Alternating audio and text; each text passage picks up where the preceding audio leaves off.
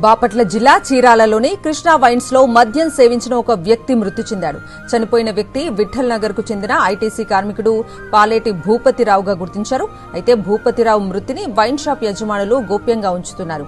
దీంతో నిబంధనలకు విరుద్దంగా చీరాలలో 24 గంటలు మద్యం విక్రయిస్తున్నారని వైఎస్సార్సీపీ నేతలు ఎక్సైజ్ శాఖ కమిషనర్ కు ఫిర్యాదు చేశారు.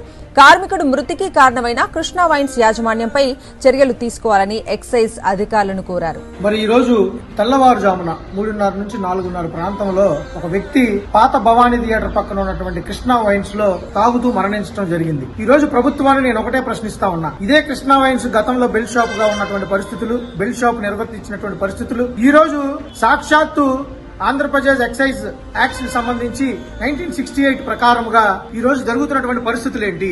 వెంటనే ఎక్సైజ్ డిపార్ట్మెంట్ వారు దీని మీద పూర్తి ఎంక్వైరీ చేసి కృష్ణా వైన్స్ ని తక్షణమే దాని యొక్క లైసెన్స్ ని రద్దు చేయాలని కోరుకుంటున్నాం, రద్దు చేయాలని డిమాండ్ చేస్తున్నాం. తెల్లవారుజాము కాకముందే ప్రజలు ప్రాణాలు తీసుకోవడానికి చీరాలలో కృష్ణా వైన్స్ అనేది ఒకటి పెట్టారు. చాలా బాధాకరమైన విషయం. ఈ విషయాన్ని మా పార్టీ తరఫున ఎక్సైజ్ సీఏ గారికి, ఎక్సైజ్ ఎస్పీ గారికి, అలాగే ఆర్డీఓ గారికి కంప్లైంట్ జరిగింది.